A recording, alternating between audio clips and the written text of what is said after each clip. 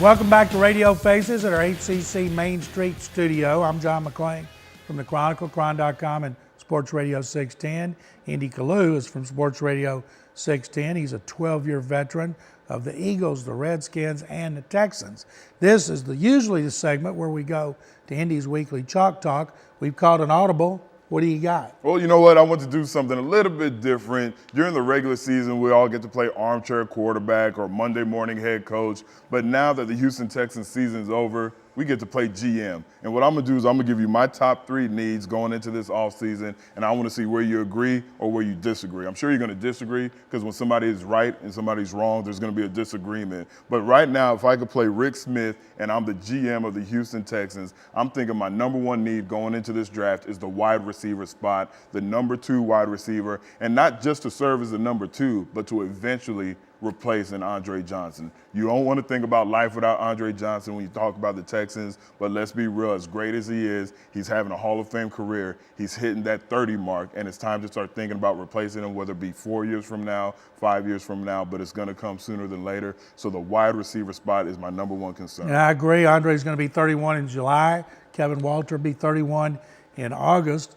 So what's number 2? Number 2, cornerback position. I still don't think that they filled that position on the other side of Jonathan Joseph. I think they have a lot of guys there that can compete. When you talk about Jason Allen, Bryce McCain, who you mentioned was the best or the most improved player on the team. Kareem Jackson, you still have to give him a shot to go in there and fight for it, but you still have to find that premier cornerback. And my 3rd, depth at the pass rush position. When you talk about what's going on with Mario Williams, there's a big chance that he might not be with the Houston Texans when you look at his cap figure, when you look at how much money they're going to have to give him if they retain him. So why not get some more depth? When you run that 3-4 defense, you cannot have too many pass rushers.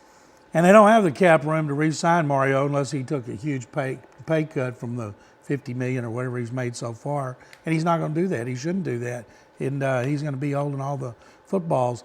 I agree that if Mario's gone, then they've got to have depth at linebacker, just in case one of the guys gets hurt. You'd love to have a guy like Brooks Reed coming off the bench to replace Brooks Reed if you had to. But I think they need a really young, talented interior offensive lineman for depth. You know, those guys, Wade Smith's gone above and beyond. He's not been hurt. Unfortunately, Mike Brazel gets hurt. He's had another operation. Chris Myers is unsigned. I just think they need depth in the offensive line, and they can't have too many corners and pass rushers. If a corner's there, take him. If it's the pass rusher, take him.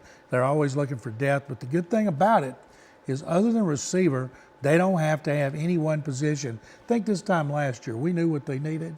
Defense, and more defense. And not only that, you wanted to draft starters this time last year, but now you're looking for depth except for that wide receiver position and maybe somebody to compete and surprise and open eyes at the cornerback. And don't forget, Brandon Harris was taken in the 2nd round, and though he didn't hit the ground running this year, after seeing what goes on, after getting a feel for the speed of the game, he might be a late bloomer, and he might emerge as your number 1 cornerback on the other side of Jonathan Joseph for next year. Don't forget, Nnamdi Asomugha was a special teams player his first year, and a safety.